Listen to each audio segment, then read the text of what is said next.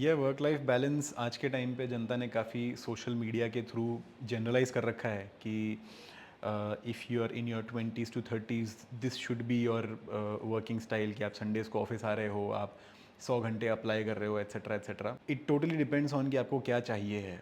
If it is not something जो आप ढूंढ रहे हो, जो कन्वेंशनल नहीं है, तो आपको नहीं करने की ज़रूरत है ये सारा effort.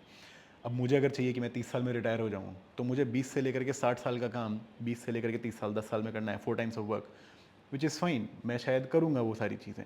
I don't know the cons of it. Pro is कि मैं 30 साल में रिटायर हो रहा हूँ। कॉन्स हो सकता है बाय द टाइम मैं I am done with my work, I am diabetic, I have not been able to focus on my health, और I have not been able to focus on my relationships.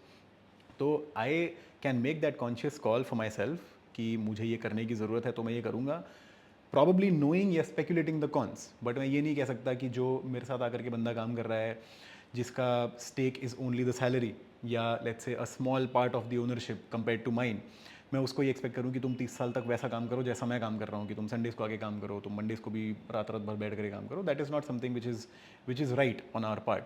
तो मेरे हिसाब से आपके दिमाग में ये बहुत क्लियर होना चाहिए कि आप किस लिए खुद को अप्लाई कर रहे हो, क्या सैक्रिफाइसेस है जो आप करने को तैयार हो।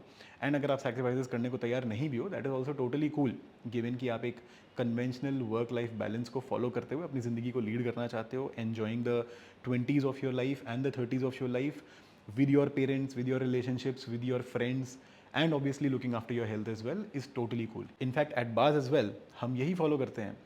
देर इज़ नो सेट नॉर्म कि किसी को वर्क लाइफ बैलेंस स्क्रू करना ही करना है।